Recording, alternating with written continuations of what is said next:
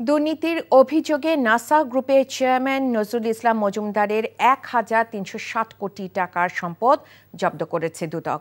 সংস্থাটির আবেদনে ৩ ধাপে দেশে বিদেশে এসব সম্পদ জব্দের আদেশ দেয় আদালত।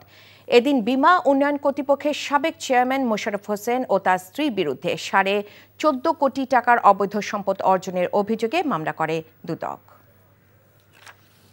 তিনি কাতওয়ায়ের উৎসের সাথে অসঙ্গতিপূর্ণ ১,৩৬,০০,০০০ টাকারও বেশি মূল্যের সম্পদ অর্জনপূর্বক বুক দখলে রাখার অপরাধ অনুসন্ধানকালে প্রমাণিত হয়েছে। এই কারণে তার বিরুদ্ধে দুর্নীতি দমন কমিশন আইন ২০০৪-এর সংশ্লিষ্ট ধারায় মামলা রুজুর সিদ্ধান্ত গৃহীত হয়েছে। মিসেস জান্নাতুল মাওয়া ওরফে রিয়া বেগমের নামে কাতওয়ায়ের উৎসের সাথে অসঙ্গতিপূর্ণ ১৩,৩৮,০০,০০০ টাকারও বেশি মূল্যের সম্পদ পাওয়ায় তিনি ও তার স্বামী ডক্টর এম মোশাররফ হোসেন আরও একটি মামলা রুজুর সিদ্ধান্ত গৃহীত হয়েছে।